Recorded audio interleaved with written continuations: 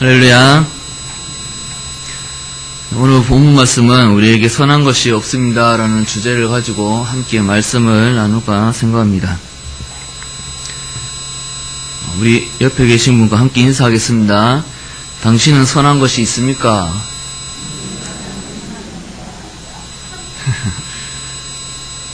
대답 한번 해보시겠습니다. 아니요, 나는 선한 것이 없습니다.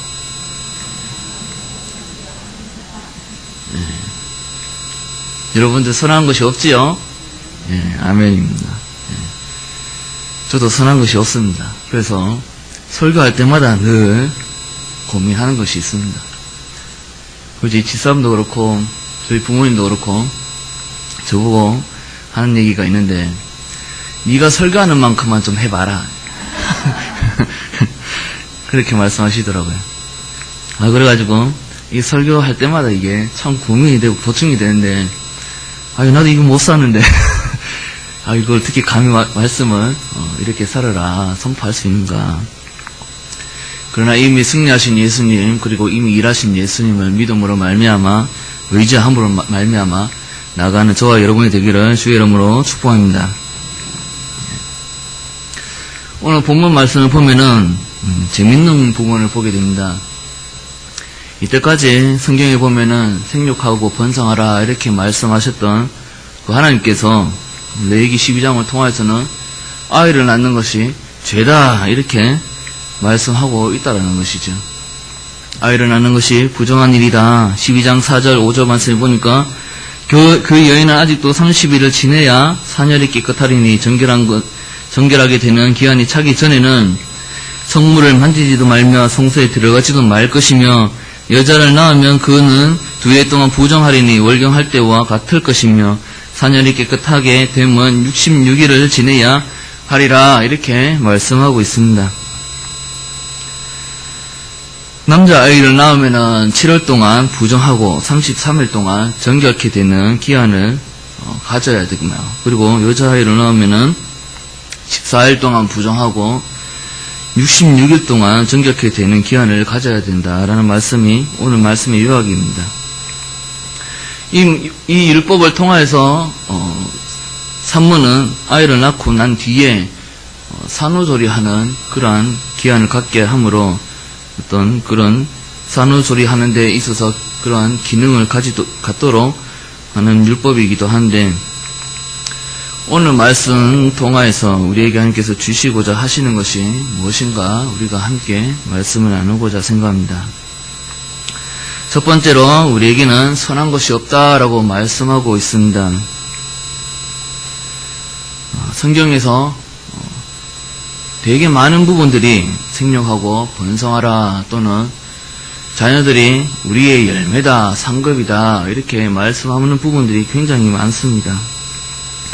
그래서 이러한 말씀 때문에 이스라엘 사람들도 자녀를 낳기를 굉장히 열심으로 하였고, 그래서 자녀 못 낳는 여인을 갖다가 죄인 취급하는 것처럼 그렇게까지 하는 그러한 모습들을 보게 됩니다. 그런데 그러한 아이를 낳는 일을 오늘 본문 말씀에는 부정한 일이다. 그래서 성물도 만지지 말고 성소에 가지도 말고 그러한 내용들을 쭉 말씀하고 있는데,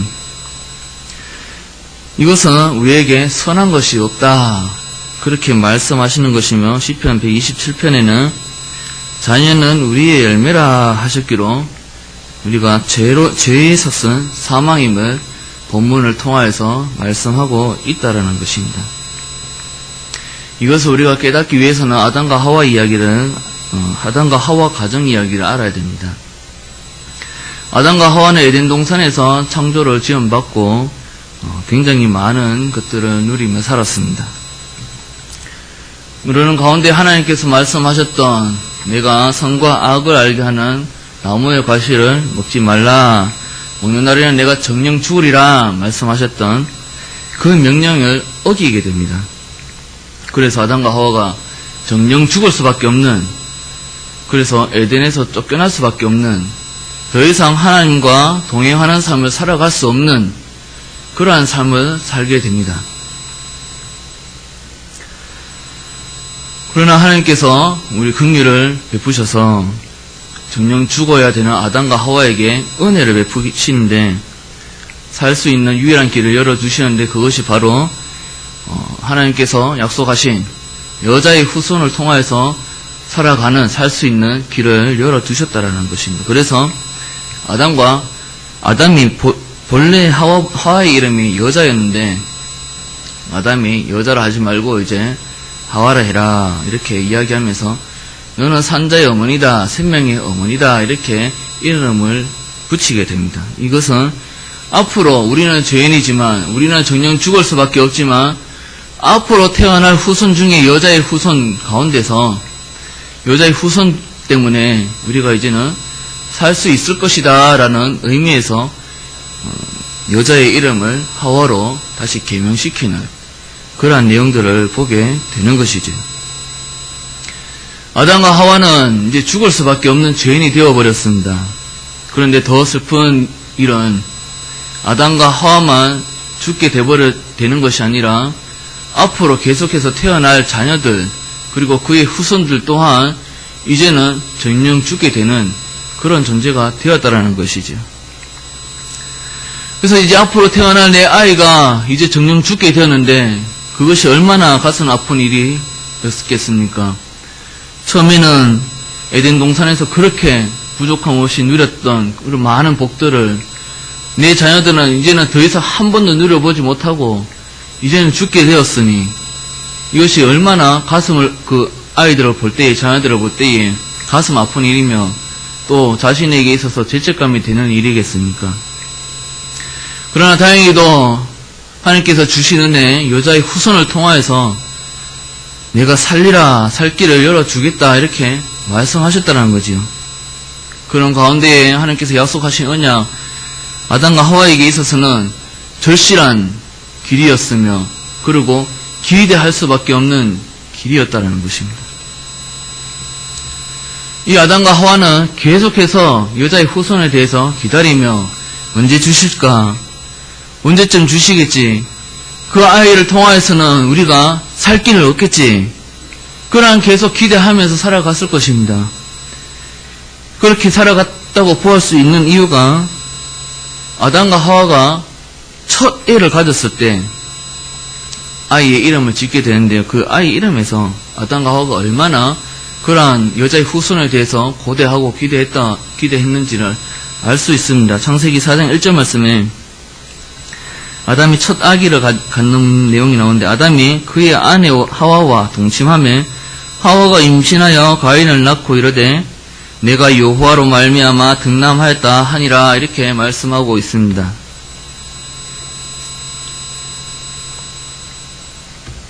이 가인이라는 이름이 사실은 히브리어로 보면은 얻었다라는 의미를 가지고 있는데 이 4장 1절에서 어떤 의미를 갖고 있는가 하면은 하나님께서 드디어 주셨다. 하나님으로 말미암아 드디어 얻었다라는 뜻을 가지고 있는 이름이 바로 가인입니다. 정녕 죽게 되었는데 드디어 첫 아이를 가졌는데 기다리던 그 아이를 가졌는데 드디어 하나님께서 아이를 주셨다. 이것이 이 아이가 바로 하나님께서 약속하신 여자의 후손일 것이다 라고 기대했다라는 것입니다. 그러나 그 가인이 태어나서 그 가인으로 인하여서 그 가정이 살게 되었습니까? 아니면 죽게 되었습니까? 그토록 기대했던 그 아이는 살려주는 아이가 아니라 죽이는 아이가 되었죠. 가인 동생 아벨을 죽이고 그 사건으로 인하여서 아담과 하와는 기대했던 그 언약이 이제는 정녕 이룰 수 없는 것인가? 아벨은 죽어버렸고 그나마 기대했던 가인은 살리는 아이가 아니라 죽이는 아이가 되어버렸으니 이제는 우리가 기대할 수 있는 여자의 후손은 어디에 있는가? 이렇게 참담하고 있었다라는 것입니다. 그 와중에 하나님께서 언약을 신실하게 성취해 나가시는 하나님을 드러내시기 위해서 주신 아이가 셋이라는 것이지요. 하나님께서 가인과 아벨의 사건을 통하여서 아담과 하와에게 주신 메시지는 무엇인가 하면은 내가 너희들이 아무리 노력하여도, 너희들이 아무리 노력해서 여자의 후손을 기다리면서 아이를 낳는다 하여도 너희들의 노력과 그런 공로들은 다 허사다. 여자의 후손은 너희들이 노력해서 이루는 것이 아니라 내가 이루는 것이다. 내 능력으로 이루는 것이다. 나의 주권이다. 라는 것을 보여주고 있다는 것입니다. 절망하고 있을 때 이제는 내가 기대할 아이가 없다. 이렇게 모든 것을 포기하고 믿음조차 저버리려고 할 때에 하나님께서는 셋을 주셨다라는 것이지. 두 번째로는 선한 것이 하나 없는 우리에게 여자의 후손을 주심은 하나님의 전적인 은혜다라고 말씀하고 있습니다. 하나님이 약속하신 그 여자의 후손은 누구인가 라고 우리가 생각할 때에 1차적으로 우리가 생각할 수 있는 것은 생육하고 번성하라 라고 말씀하셨던 그 언약들을 이루어 나가셨던 인물들, 노아를 비롯하여서 모세, 그리고 아브라함, 그리고 다윗, 이들 등등을 통하여서 하나님께서는 생육하고 번성하라, 내가 너희들 중에 왕을 세우겠다, 내 민족을 확장시키겠다, 큰 나라를 이루겠다, 이렇게 그 언약을 성취해 가시는 모습을 발견하게 됩니다. 그러나 점진적으로 언약이 발전이 되어지고 선명하게 그 여자의 후손이 드러날 때에 거의 최종적으로 하나님께서 약속하신 여자의 후손은 누구입니까? 바로 예수 그리스도라는 것이죠. 이사야 9장 6절 말씀에 이렇게 기록하고 있습니다. 이는 한 아기가 우리에게 낳고 한 아들을 우리에게 주신 바 되었는데 그의 어깨는 정사를 메었고 그의 이름은 기묘자라 모사라 전능하신 하나님이라 영존하시는 아버지라 평강의 왕이라 할 것임이라 이렇게 기록하고 있습니다. 그의 어깨는 정사를 메었다라고 하는 부분, 정사는 통치권을 이야기하고 있습니다. 하나님께서 그 아기에게 통치권을 주셨는데 그 이름은 기묘라 모사라 전능하신 하나님이라 영존하신 아버지라 평강의 왕이라 할 것임이라 이렇게 말씀했다라는 것이지. 평강의 왕, 너희가 평안하라 이렇게 말씀하셨던, 외치셨던 그 왕, 바로 그리스도다 이렇게 말씀하고 있다라는 것입니다. 우리가 아무리 주님께서 약속하신 그 언약, 그것을 위하여서 노력한다 하여도 하나님께서 약속하신, 계획하신 선하신 일을 우리가 이루어보자 할지라도 그것을 이룰 수 있는 분은 오직 하나님이시다. 하나님만이 주권자 되시며 주체가 되시며 하나님만이 일하고 계신다라는 것을 선명하게 말씀하고 있다라는 것입니다. 세 번째로 우리가 지은 죄로 하나님이 거하실 성전을 더럽히게 된다 이렇게 말씀하고 계십니다. 레위기 12장 2절 말씀에 이스라엘 자손에게 말하여 이르라 여인이 임신하여 남자를 낳으면 그는 이래 동안 부정하리니 곧 월경할 때와 같이 부정할 것이며 이렇게 말씀하고 있습니다. 아이를 낳는 산모는 부정하다 이렇게 말씀하고 있다는 것이죠. 그래서 그 부정함 때문에 12장 6절에 보면은 아들이나 딸이나 전결하게 되는 기한이 차면 그 여인은 번제를 위하여 1년 된 어린 양을 가져가고 속죄제를 위하여 집비둘기나 집비둘기 새끼나 산비둘기를 회막문 제사장에게로 가져갈 것이요 이렇게 말씀하고 있는데 우리가 여기서 궁금증을 가지게 하는 부분이 있습니다. 바로 속죄제를 위하여라고 말씀하고 있다는 것이죠. 우리가 앞에서 살펴본 바로서는 속죄제는 언제 드리는 제사입니까? 예배자가 성소에 들어가거나 또는 성소 앞들에 갔을 때에 그 예배자가 들어감으로 성소가 더럽혀짐으로, 예배자의 죄로 인하여서 성소가 더럽혀짐으로 더럽혀진 그 성소를 정결케 하기 위하여서 드려졌던 것이 속죄제입니다. 그런데 한 번도 아이를 낳고 나서 성소에 들어가지 않는 그 산모보고 속죄제를 드려라 이렇게 말씀하고 있다라는 것입니다. 왜 속죄제를 드리라고 하고 있습니까? 12장 2절에 부정한데 곧 월경할 때와 같이 부정하다 이렇게 말씀하시면서 15장 31절의 말씀을 가리키고 있습니다. 15장 31절 말씀에 보니까 너희는 이와 같이 이스라엘 자손이 그들의 부정에서 떠나게 하여 그들 가운데에 있는 내 성막을 그들이 더럽히고 그들이 부정한 중에서 죽지 않도록 할지니라 이렇게 말씀하고 있다는 것이죠. 한 번도 성소에 들어가지 않았는데도 불구하고 네가 성소를 더럽혔다 이렇게 완전히 죄인 취급하는 그러한 모습을 발견하게 된다는 것입니다. 이것이 어떤 의미일까요? 성소에 들어가지도 않았는데 왜 성소를 더럽혔다고 이야기하고 있는 것일까요? 구약시대 때 진 안에 하나님께서 거하실 성소를 놔두었습니다.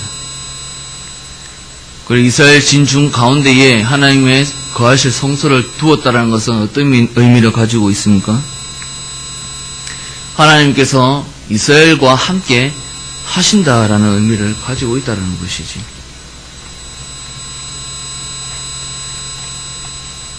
그런 맥락에서 생각할 때에 이스라엘은 하나님의 언약 백성이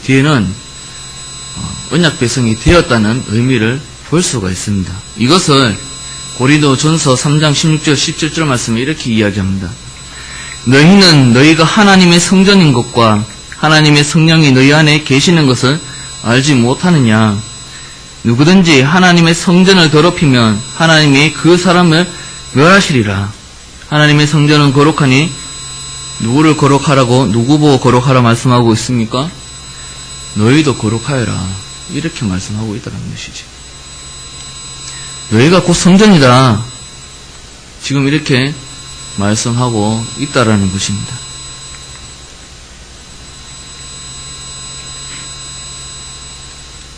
구약시대에 성전을 들어가지도 않았는데 산모보고 너 때문에 성전이 더럽혀졌다라고 이야기하는 것은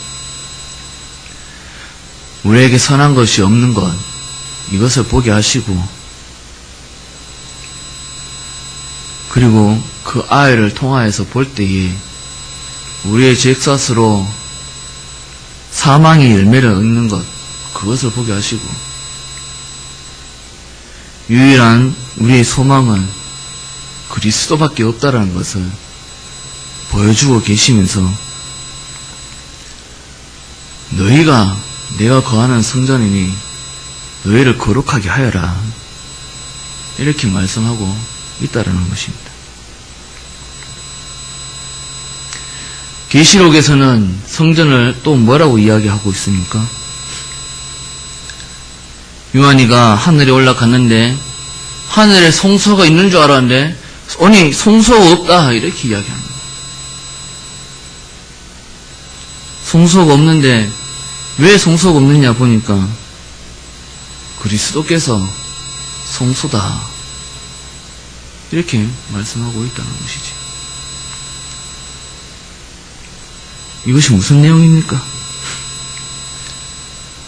이스라엘 백성들이 성전을 통하여서 하나님을 만나게 되었는데 다른 방법으로 하나님을 만날 수 있었던 것이 아니라 유일하게도 성소 안에 들어가야지만 하나님을 만날 수 있었다.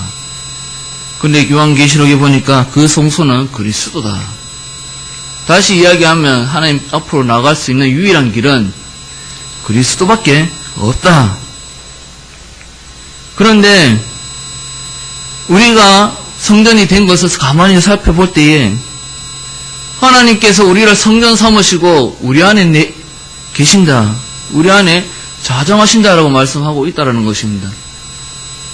우리 안에 선한 것이 하나도 없는데 거룩한 성전으로 삼으셨다라는 것이죠. 왜 거룩한 성전으로 삼으셨는가? 그냥 단순히 하나님께서 우리와 함께 하시기 위해서 거룩한 성전으로 삼으셨다고 말씀하고 계시는가? 그것이 아니라 그리스도께서 나를 위하여서 죽으셨는데 그 그리스도를 믿음으로 말미암아 그 그리스도와 연합됨으로 말미암아 그리스도께서 내 안에 함께 하심으로 말미암아 나에게는 선한 것이 없고 더럽고 추하고 입을 막을 수밖에 없고 옷으로 가릴 수밖에 없는 죄인이지만 그리스도와 연합함으로써 내가 거룩한 성전이 됐다라는 것을 말씀하고 있다는 것입니다. 이러한 맥락에서 고린도전서 3장 17절 말씀에 내가 거룩하니 너희도 거룩하여라 이렇게 말씀하고 있다는 것이죠. 그러나 우리가 이것을 어떻게 받아들입니까? 내가 거룩해도 되고 거룩 안 해도 되지 않나? 이런 생각을 하기가 십상입니다. 그러나 이것은 절대적인 명령입니다. 이것은 십계명 중에서 우리가 볼 수 있는데 십계명 가운데에 내 이름을 망령되어 일컫지 말라 이렇게 말씀하고 있다는 것이죠.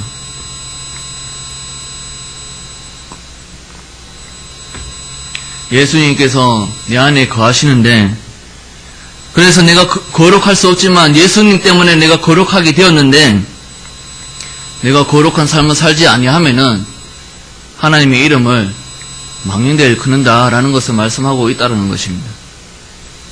이것이 얼마나 큰 죄입니까? 우리는 정녕 하나님의 이름을 망령되어 일컫지 않는 삶을 살고 있으니까 우리에게 선한 것이 전혀 없다라고 인정하면서 하나님의 은혜, 하나님께서 베푸신 그 은혜, 그리스도께서 완성하신 그 의를 의지하고 그 의가 내 의가 됨을 믿고 계시는 것입니까? 우리는 이러한 것들을 많이 고백합니다. 주님께서 나 때문에 돌아가셨다. 나는 그리스도와 연합된 자다. 나는 죄인이나 나는 그리스도의 의로 인하여서 나는 구원을 받았다. 이렇게 많이 고백합니다. 그런데 그러한 고백 가운데에 우리의 아이러니를 발견하게 됩니다. 그 중에 하나를 뽑자면 다른 사람들을 이렇게 바라보면서 비난하거나 정죄하거나 잘못된 것이 있다면 너는 왜 그러냐? 도저히 이해를 할 수가 없다.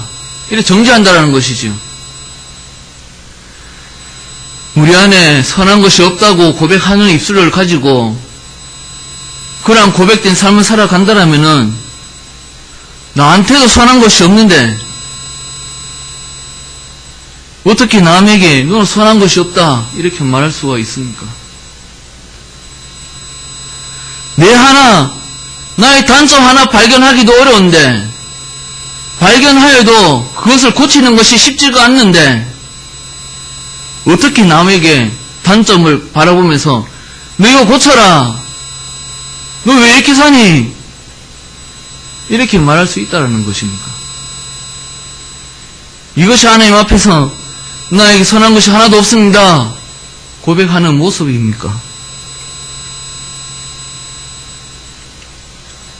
또 우리가 한 가지 생각해 볼 것이 있다면은 공로주의 사상입니다.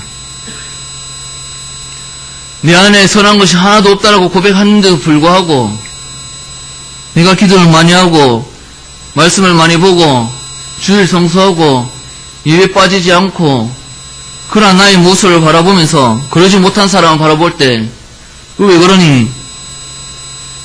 어려움에 처해져 있는 사람을 바라보면서 너 기도 안 해서 그렇다. 너 왜 기도 안 하니? 이렇게 이야기한다라는 것이죠. 마치 기도를 열심히 하고 고함을 지르면서 세게 하고 수많은 시간을 기도에 투자해야지만 하나님께서 그것을, 그 노력들을, 그런 모습들을 바라보면서 들어주시는 것처럼 보는 것처럼, 니 그래 기도해가 되겠나? 그래 조용조용히 기도해가 되겠나? 물론 하나님 앞에 열심으로 기도하고 자신의 어떤 갈급함과 하나님만 의탁하고 있다는 그런 표현은 하는 것은 바람직합니다. 그러나 그러한 태도로 하나님께 기도하고 간구하는 것이 아니라, 그러한 태도로 하나님께 예배하며 하나님께 의지하는 것이 아니라, 마치 주문을 외우듯이 어떤 기도량의 정량을 내 마음대로 정하고 그것을 채우면은 하나님께서 들어주신다라고 생각하고, 그것을 채우지 못하면 2% 부족한 것처럼 아이고 하나님께서 안 들어주시겠다 이렇게 생각하는 것, 그 사상 가운데서, 공로주의 사상 가운데서 남을 바라보면서 비난하고 비판한다라는 것이죠.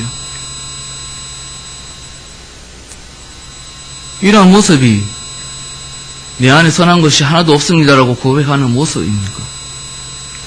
내 안에 선한 것이 하나도 없다라고 고백하는 모습이라면 누가 조용히 기도하든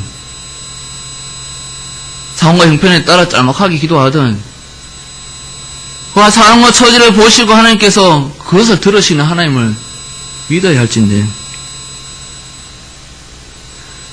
말씀에도 그렇게 기록하고 있지 않습니까? 너희가 옷을 찢지 말고 마음을 찢어라. 옷을 찢는다는 것이 무엇입니까? 구약시대 때 어떤 슬픈 일을 당하였을 때 하나님 앞에서 죄된 일을 보았을 때 제사장이 옷을 찢고 그런 모습들을 보는 것 아니겠습니까? 그런데 옷을 찢는 것을 형식적으로 찢어버리고 마음에 애통함이 없고 하나님 앞에서 거룩한 아픔이 없다라는 것이죠. 하나님은 그 고통 가운데 부르짖는 소리를 들으시는 것은 내가 구함을 치고 내가 그 어떤 기도의 양을 정하고 그것을 채우려고 할 때 하나님께서 보시는 것이 아니라 고요한 가운데서도 내 상황과 형편에서 짤막하게 기도하는 그 가운데서도 그래 많이 힘들지 내가 안다, 그것이 하나님께서 들으시는 기도 아니겠습니까? 우리에겐 선한 것이 하나도 없습니다. 남의 탓할 것이 아니라, 남의 어떠한 처지를 바라보면서 정죄하는 것이 아니라 나를 바라보면서 나에게도 선한 것이 하나도 없지, 그래서 그리스도를 의지하는 거지, 그래서 그리스도의 의 때문에 의인이라 칭함을 받은 거지, 이런 것을 묵상하면서 살아갈 수 있는 저와 여러분이 되기를 주의 이름으로 축복합니다. 기도하겠습니다.